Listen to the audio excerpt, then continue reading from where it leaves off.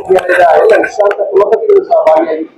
ಮತ್ತೆ ಈ ಕೃಷ್ಣವೈದ್ಯಕೀಯ ಮಹಾವಿದ್ಯಾಲಯದ ಎಲ್ಲ ಫಾರ್ಮರ್ ಡೀನ್ಸ್ ಮತ್ತೆ ಸಾಕಷ್ಟು ಪ್ರಾಧ್ಯಾಪಕರಿಂದ ಶಿಕ್ಷಕೇತರ ಮಿತ್ರರು ವಿದ್ಯಾರ್ಥಿಗಳು ಭಾಗವಹಿಸಿ ಈ ಕಾರ್ಯಕ್ರಮಕ್ಕೆ ತುಂಬಾ ಮೆರುಗನ್ನು ಕೊಟ್ಟರು.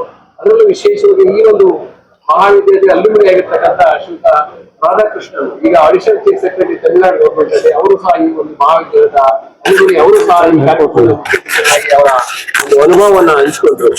ಇನ್ನು ಈ ಒಂದು ಸಂಸ್ಥಾಪನಾ ದಿನಾಚರಣೆ ಉದ್ದೇಶ ಅಂದ್ರೆ ನಮ್ಮ ಈಗ ವಿಶ್ವವಿದ್ಯಾಲಯ ಮಹಾವಿದ್ಯಾಲಯ ಬೆಂಗಳೂರಿಗೆ ಏನು ಕೊಡುಗೆ ಬಂತು, ಇದಕ್ಕೆ ಕೊಡುಗೆ ಕೊಟ್ಟವರನ್ನ ಅವರ ಕೃತಜ್ಞತೆ ಸಲ್ಲಿಸೋದ್ರ ಜೊತೆಗೆ ಮುಂದೆ ಯಾವ ರೀತಿ ನಾವು ಈ ವಿಶ್ವವಿದ್ಯಾಲಯ ಮಹಾವಿದ್ಯಾಲಯವನ್ನ ತೆಗೆದುಕೊಂಡು ಹೋಗ್ಬೇಕು ಅನ್ನೋದ ಚಿಂತನ ಮಂಥನ ಸಹ ನಾವು ಈ ಕಾರ್ಯಕ್ರಮ ಮಾಡ್ತಾ ಇದ್ದೀವಿ. ಅದಕ್ಕೋಸ್ಕರ ಮಧ್ಯಾಹ್ನ ನಾವು ಟೆಕ್ನಿಕಲ್ ಸೆಮಿನಾರ್ ಸಹ ಇಟ್ಕೊಂಡಿದ್ದೀವಿ. ಅದರಲ್ಲಿ ನಮ್ಮ ಸಾಕಷ್ಟು ಏನಂದ್ರೆ ರಿಸೋರ್ಸ್ ಪರ್ಸನ್ ಅಂತ ಹೇಳ್ತೀವಿ, ವಿಜ್ಞಾನಿಗಳು ಈ ಯಾವ ರೀತಿ ನಾವು ಮುಂದೆ ಈ ವಿಶ್ವವಿದ್ಯಾಲಯವನ್ನು ಮುನ್ನಡೆಸಬೇಕು, ವಿಶೇಷವಾಗಿ ವಿಶ್ವವಿದ್ಯಾಲಯ ಶಿಕ್ಷಣವನ್ನ ಯಾವ ರೀತಿ ನಾವು ಚಾಲೆಂಜಸ್ ಏನೇನಿದೆ ಅದನ್ನ ಫೇಸ್ ಮಾಡ್ಲಿಕ್ಕೆ ಯಾವ ರೀತಿ ನಾವು ಅಪ್ಗ್ರೇಡ್ ಮಾಡಬೇಕು ವಿಶ್ವವಿದ್ಯಾಲಯ ಒಂದು ಶಿಕ್ಷಣವನ್ನ, ಮತ್ತೆ ಯಾವ ರೀತಿ ಇನ್ಸ್ಟಿಟ್ಯೂಷನ್ ಇಂಡಸ್ಟ್ರಿಯಲ್ ಲಿಂಕೇಜ್ ಯಾವ ರೀತಿ ನಾವು ಎಸ್ಟಾಬ್ಲಿಷ್ ಮಾಡಬೇಕು, ಮತ್ತೆ ಇಂಡಸ್ಟ್ರಿಯ ಎಕ್ಸ್ಪೆಕ್ಟೇಷನ್ ಏನಿದೆ ವಿಶ್ವವಿದ್ಯಾಲಯ ಕ್ಷೇತ್ರದಿಂದ, ಅದಕ್ಕೆ ನಾವು ಯಾವ ರೀತಿ ಸ್ಪಂದಿಸಬೇಕು ಅನ್ನೋದ್ರ ಬಗ್ಗೆ ನಾವು ಚಿಂತನೆ ಅಂತ ನಾವು ಸಹ ಮಾಡ್ತಾ ಇದ್ವಿ. ಇದರ ಜೊತೆಗೇನೆ ನಾವು ರಿಸರ್ಚ್ ಔಟ್ಕಮ್ಗಳು ಏನ್ ಬರುತ್ತೆ, ಸಂಶೋಧನಾ ಫಲಗಳನ್ನ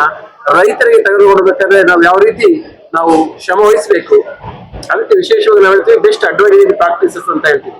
ಸುಧಾರಿತ ಪಶುಪಾಲನಾ ಪದ್ಧತಿಗಳ ಬಗ್ಗೆ, ಅಂದ್ರೆ ಹೈನುಗಾರಿಕೆ ಇರ್ಬೋದು, ಕೋಳಿ ಸಾಕಾಣಿಕೆ ಇರ್ಬೋದು, ಮೀನು ಸಾಕಾಣಿಕೆ ಇರ್ಬೋದು, ಮತ್ತೆ ಆಡು ಮತ್ತು ಕುರಿ ಸಾಕಾಣಿಕೆ ಇರ್ಬೇಕು. ಈ ರೀತಿ ರೈತರಿಗೆ ಯಾವುದು ತುಂಬಾ ಅಡ್ವೈಸರಿ ಸರ್ವಿಸಸ್ ಬೇಕು, ಅದನ್ನ ಯಾವ ರೀತಿ ರೈತರಿಗೆ ತಲುಪಿಸಬೇಕು ಅಂತಕ್ಕಂಥದ್ದು ಸಹ ನಮ್ಮ ಇನ್ನೊಂದು ಧ್ಯೇಯ. ಆ ನಿಟ್ಟಿನಲ್ಲೂ ಸಹ ನಮ್ಮ ಪಶುವೈದ್ಯಕೀಯ ಮಹಾವಿದ್ಯಾಲಯ ವಿಶ್ವವಿದ್ಯಾಲಯ ಸಾಕಷ್ಟು ಶ್ರಮವನ್ನು ವಹಿಸ್ತಿದೆ. ಈ ನಿಟ್ಟಿನಲ್ಲಿ ನಾವು ಈಗಾಗಲೇ ಒಂದು ಯೋಜನೆಯನ್ನು ರೂಪಿಸಿ, ಈಗ ತಾನೇ ನಾವು ಕಳೆದ 2 ತಿಂಗಳಿಂದ ನಾವು ರಿಸರ್ಚ್ ಕೌನ್ಸಿಲ್ ಮತ್ತು ಎಕ್ಸ್ಟೆನ್ಷನ್ ಕೌನ್ಸಿಲ್ ಅಂತ ಮೀಟಿಂಗ್ ಮಾಡಿದ್ವಿ. ಅಲ್ಲಿ ಕೆಲವು ನಿರ್ಣಯಗಳನ್ನು ಮಾಡಿದ್ವಿ, ವಿಶೇಷವಾಗಿ ನಮ್ಮ ರೈತರಿಗೋಸ್ಕರ. ಅಂದ್ರೆ ಒಬ್ಬ ಟೀಚರು, ಒಬ್ಬ ವಿಜ್ಞಾನಿ, ಪ್ರತಿಯೊಬ್ಬ ಟೀಚರು ಸಹ ಒಬ್ಬ ರೈತರೊಂದಿಗೆ ಸಂಪರ್ಕ ಹೊಂದಿ ಅವನಿಗೆ ಪಶುಪಾಲನೆ ಇರ್ತಕ್ಕಂಥ ಸಮಸ್ಯೆಗಳನ್ನ ಆಲಿಸಿ ಅವುಗಳನ್ನ ಯಾವ ರೀತಿ ಪರಿಹಾರ ಮಾಡಬೇಕು, ಅದರ ಬಗ್ಗೆ ಏನಾದರೂ ಸಮಸ್ಯೆಗಳಿತ್ತು ಮತ್ತೆ ಬಂದು ನಾವು ಸಂಶೋಧನೆ ಮಾಡಿ ರೈತರಿಗೆ ಒಂದು ಪರಿಹಾರವನ್ನು ಕೊಟ್ಟು, ಅವರ ಸಮಸ್ಯೆಗಳ ಪರಿಹಾರವನ್ನು ಕೊಟ್ಟು ಅವರ ಸಾಮಾಜಿಕ ಮತ್ತು ಆರ್ಥಿಕ ಸದೃಢತೆಯಿಂದ ಕಾಪಾಡುವಲ್ಲಿ ನಾವು ಯಾವ ರೀತಿ ಶ್ರಮಿಸಬೇಕು ಅಂತಕ್ಕಂಥ ಯೋಜನೆಯನ್ನು ರೂಪಿಸಿದ್ವಿ. ಆ ನಿಟ್ಟಿನಲ್ಲಿ ಬೆಂಗಳೂರು ವಿಶ್ವವಿದ್ಯಾಲಯ ಮಹಾವಿದ್ಯಾಲಯ ಮುಂಚೂಣಿಯಲ್ಲಿ ಇರುತ್ತೆ. ಈ ಎಲ್ಲ ಒಂದು ವಿಚಾರಗಳನ್ನ ಮುಂದಿನ ದಿನಗಳಲ್ಲಿ ವಿಶ್ವವಿದ್ಯಾಲಯ ಮಹಾವಿದ್ಯಾಲಯ ಯಾವ ರೀತಿ ನಾವು ನಡೆಸಬೇಕು ಅನ್ನೋ ಒಂದು ಚಿಂತನ ಮಾತುಗಳನ್ನ ನೋಡಿ ಮತ್ತೆ ಆಕ್ಷನ್ ಪ್ಲಾನ್ ಅನ್ನು ಮಾಡಿ ಆ ರೀತಿ ಮುಂದಿನ ದಿನಗಳಲ್ಲಿ ಇನ್ನು ಈ ವಿಶ್ವವಿದ್ಯಾಲಯ ಮಹಾವಿದ್ಯಾಲಯ ಬೆಂಗಳೂರನ್ನ ರಾಷ್ಟ್ರೀಯ ಮತ್ತು ಅಂತಾರಾಷ್ಟ್ರೀಯ ಮಟ್ಟಕ್ಕೆ ಎತ್ತರಕ್ಕೆ ಏರಿಸತಕ್ಕಂಥದ್ದು ನಮ್ಮ ಯೋಜನೆ ಆಗಿದೆ. ಇದಕ್ಕೆ ಸಹಕರಿಸಿದ ಎಲ್ಲರಿಗೂ ಧನ್ಯವಾದಗಳು. ಮತ್ತೆ ನಮಗೆ ಗೊತ್ತಿರುವ ಹಾಗೆ ಇತ್ತೀಚೆಗೆ ನಮ್ಮ ಒಂದು ವಿಶ್ವವಿದ್ಯಾಲಯವನ್ನ ರ್ಯಾಂಕ್ ಮಾಡಿದಾಗ ಆಲ್ ಇಂಡಿಯಾ ಲೆವೆಲ್ ನಮ್ಮ ವಿಶ್ವವಿದ್ಯಾಲಯ 10ನೇ ರ್ಯಾಂಕ್ ಅನ್ನು ಗಳಿಸಿದೆ. ಅದಕ್ಕೆಲ್ಲ ನಮ್ಮ ಅಧಿಕಾರಿಗಳಿಂದ ಶಿಕ್ಷಕಿಯರ ಮಿತ್ರರ ಒಂದು ಶ್ರಮ ಮತ್ತು ಸಹಕಾರ ಇದೆ. ಅದೇ ನಿಟ್ಟಿನಲ್ಲಿ ನಮ್ಮ ವಿಶ್ವವಿದ್ಯಾಲಯದಲ್ಲಿ ನಾನು ಹೇಳಿದಾಗ ಸಾಕಷ್ಟು ಸಂಶೋಧನಾ ಯೋಜನೆಗಳಿದೆ. ಅದರಲ್ಲೂ ವಿಶೇಷವಾಗಿ ಬೆಂಗಳೂರು ವಿಶ್ವವಿದ್ಯಾಲಯ ಮಹಾವಿದ್ಯಾಲಯದಲ್ಲಿ ನಮ್ದು ರೇಬಿಸ್ ಡಯಾಗ್ನೋಸ್ಟಿಕ್ ಲ್ಯಾಬ್ ಇದೆ. ಇದು WOAH referral laboratory, south East ಏಷ್ಯಾಕ್ಕೆ ಇದು ಫಸ್ಟ್ ಲ್ಯಾಬೊರೇಟರಿ. ಇಲ್ಲಿ ನಾವು ರೇಬಿಸ್ಗೆ ಡಯಾಗ್ನೋಸಿಸ್ ಮಾಡೋ ಜೊತೆಗೆ ನಮ್ಮ ಸಾಕಷ್ಟು ಅಂದ್ರೆ ದೇಶ ವಿದೇಶಗಳಿಂದ ಬಂದು ವೈದ್ಯರು ರೇಬಿಸ್ ನ ಡಯಾಗ್ನೋಸಿಸ್ ನಾವು ಕೆಪಾಸಿಟಿ ತರಬೇತಿಯನ್ನು ಕೊಡ್ತಾ ಇದ್ದೀವಿ. ಸೊ ಆ ತರಬೇತಿ ಮುಖಾಂತರ ಅವರು ಅಲ್ಲಿ ಹೋಗಿ ಈ ತರ ರೇಬಿಸ್ ಡಯಾಗ್ನೋಸಿಸ್ಗೆ ಪ್ರಯತ್ನವನ್ನು ಮಾಡ್ತಾರೆ.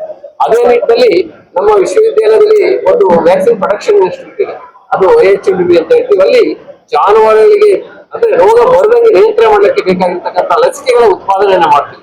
ಆ ಲಸಿಕೆಗಳ ಉತ್ಪಾದನೆ ಮಾಡಿ ಇಡೀ ನಮ್ಮ ರಾಜ್ಯ ಅಲ್ಲದೆ ಇಡೀ ದೇಶಕ್ಕೆ ಮತ್ತೆ ಅದರಲ್ಲೂ ವಿಶೇಷವಾಗಿ ಸದರ್ನ್ ಅಂದ್ರೆ ದಕ್ಷಿಣ ಭಾಗದ ರಾಜ್ಯಗಳಿಗೆ ನಾವು ಬೋತ್ ವೈರಲ್ ಮತ್ತೆ ಬ್ಯಾಕ್ಟೀರಿಯಲ್ ವ್ಯಾಕ್ಸಿನ್ಸ್ ಅನ್ನ ಸಪ್ಲೈ ಮಾಡ್ತಾ ಇದ್ದೀವಿ.